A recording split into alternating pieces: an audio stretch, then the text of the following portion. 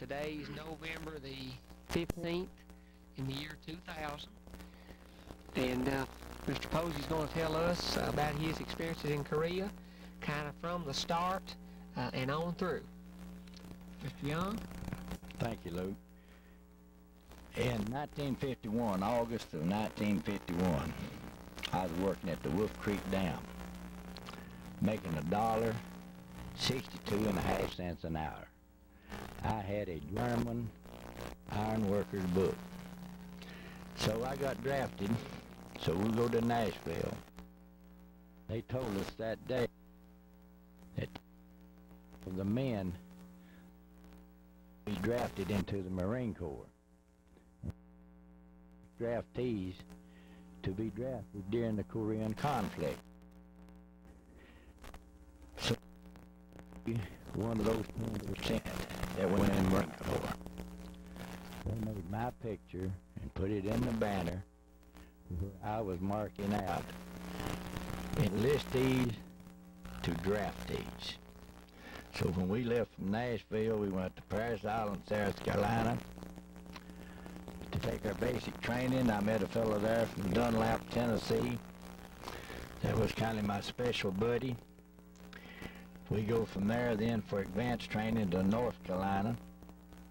We was in division. So after we left North Carolina, we went to Camp Pendleton, California together.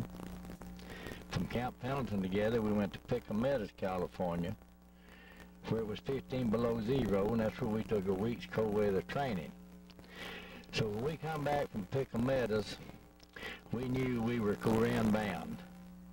So this picture that I'm holding up is 4 guys that was made in early 1952, and that was made in Tijuana, Mexico. These 4 guys right here. I'm one of them. John Shale's one of them. Stemmick's one of them. And Floyd's one of them. So them 4, we was together there before we went to Korea. So after we go to Korea,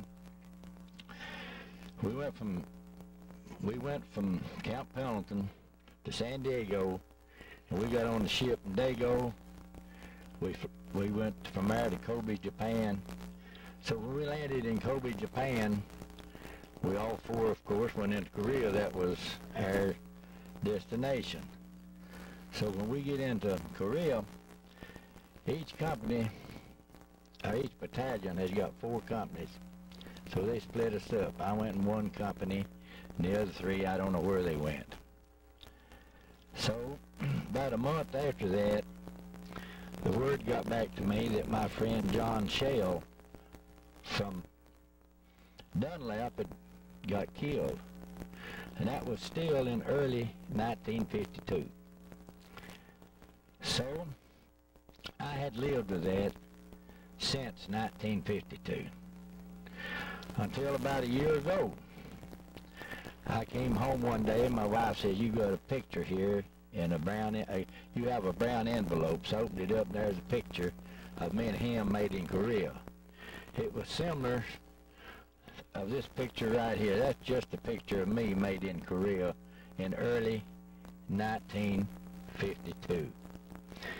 So when I opened up the picture and found the picture in the envelope, there was me and him made in Korea together. There's his name, phone number, in Georgia.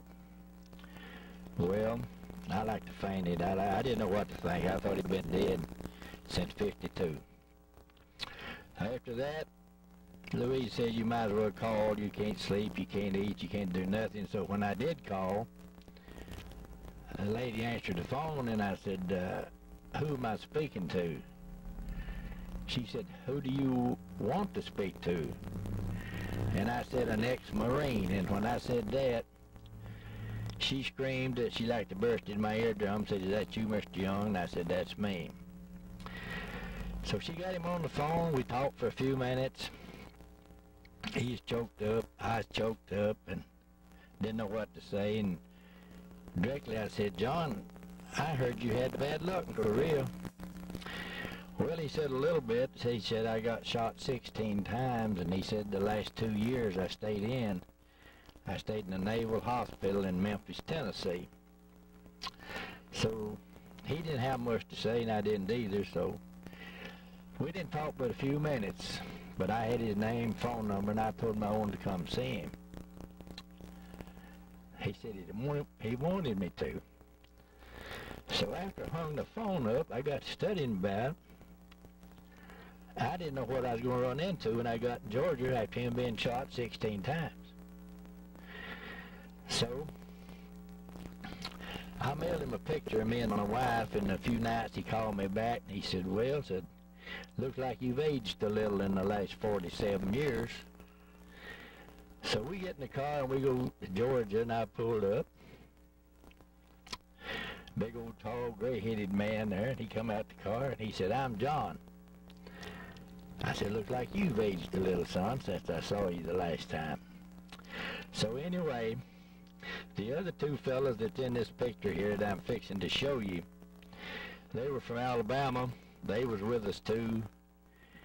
So we got to trying to think of their first names, and when we did think of them, they found them on the internet. So we've all four been together now, and their wives, we all know where each other are and what we're doing.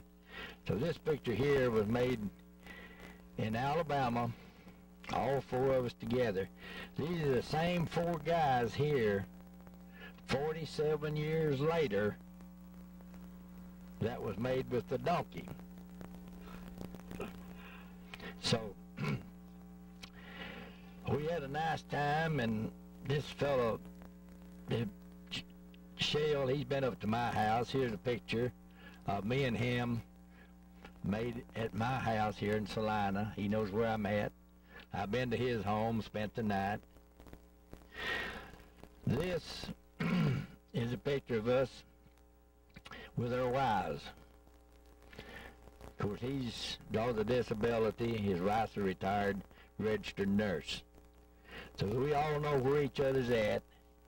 And this weekend that we all spent together, all four of us, was one of the best, nicest weekends, Luke, I've ever spent in my life. What about that? 1 minute we'd be laughing. The next minute we'd be choked up. So when I got out, spent my time in Korea, of course I came home. I've been back in North Carolina about a month when the peace treaty was signed. That was one of the happiest moments in my life, because I was sitting at an outdoor theater watching a movie, and they stopped the movie to tell us what was going on. So when that happened, Luke, I knew then I'd be coming home. So that's just a little bit of my experience that I had while I was in the service. Posey, tell us what you told me earlier about how you could tell the difference between a North Korean and a South Korean. A North Korean and a South Korean is the simplest way I know to explain it. If you're sitting over here on the square and you see some gentleman walk down the street, you've never seen this gentleman before in your life. You cannot tell by looking at him whether he's a Democrat or a Republican. Well, a North Korean and a South Korean are exactly the same way. You can't tell by looking. A North Korean will knock a South Korean off and get his identification, something similar to a driver's license. He sticks that in his pocket and he goes down through South Korea. He can show you his South Korean pass and get away with it. So that's about the best way I know to describe a North Korean and a South Korean.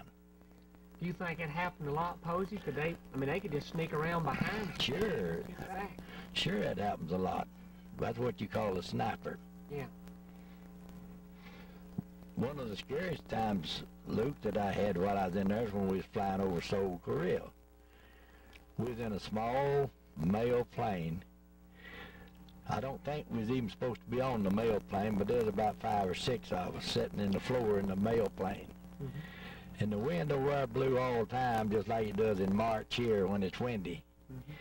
Mm-hmm. Would you believe that plane seemed to me like it'd fall 200 or 300 feet straight down, and then it'd jump up 200 or 300 feet, and everything in that thing is popping and snapping. That was one of the scariest moments that I had. It probably was falling 200 or 300 feet. It was really scary. I mean, and I've stood over on those mountains and seen a lot of those planes come in there when they'd be bringing supplies or replacement troops. It'd be so windy they'd have to turn around and fly back to Japan, couldn't land. Posey, tell us about an average day in Korea. What, how did an average day begin, and what were you usually doing? Well, my experience in Korea, an average day, you never know from one day to the next or one night to the next what you're going to be doing. We was in the 1st Marine Division. We had 90-millimeter guns in our division. The shells on Luke weighed 43 pounds. They're supposed to shoot 9 miles. It took 7 men to operate one gun, the way they were fixed. So it just depends on what's going on the other side, what you do on your side, Luke. So an artillery piece, is that yeah. What you Yeah. Sure was. I've seen some of the experiences I've had not worth anything to me, but some of them I will never forget, and I wouldn't take nothing for some of the experience that I've had. I think any young man, if it's my son or if it's your son, regardless whose son he may be, if it's peacetime, I think 2 years military service would be good for any young man. Posey, were you involved when the United States had to retreat, when the Chinese entered the Korean War? No, I did not have to do that. Can you think of any other unique story, maybe about basic training or about the weather in Korea? Or? Well, getting back to basic training, I got in Paris Island the 7th day of August, 1951. I weighed 208 pounds. I left there the 13th of October. I weighed 180 pounds. I lost 28 pounds from the 7th of August to the 13th of October. No telling how many shoe heels we had to have replaced on our boondockers. So I'll let you figure that out. Posey, could you tell us, what do you think the world would be like today if the United States had not have got involved in the Korean War? What do I think? Well, I think it would have been in worse condition than it is now, but I think this. I think after so many years, the way the population grows over there, I think you're going to have some wars over there to thin them out, because if you don't, it gets so thick that you can't get around. I've always argued that. The Korean people, when I was over there, was 100 years behind civilization. They didn't know what a blacktop street was. No restaurants, no service stations, or none of that stuff. We had none of that over in 52 when I was in there. So they just so far behind. It's pitiful in Korea. Japan's way ahead of Korea. Let me ask you another question. Posey, how did the South Korean people feel toward Americans? They wasn't proud that we was there. You had to watch them too. You South Koreans was jealous of us. They didn't want us to be there. I could tell a story about what happened to the military army bunch over there, but it'd probably be too long.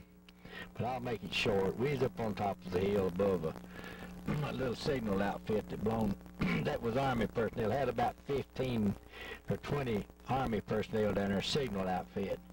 So they said they had it made. They had the gooks coming in there and shining their shoes, making their beds and everything, just like waitresses, you know. So one of the boys' name I knew down there is Pepsi Cola. I nicknamed him Pepsi Cola because I said, Pepsi Cola, they get you one of these mornings. So one morning we looked out and they called us, and they had them all swarmed.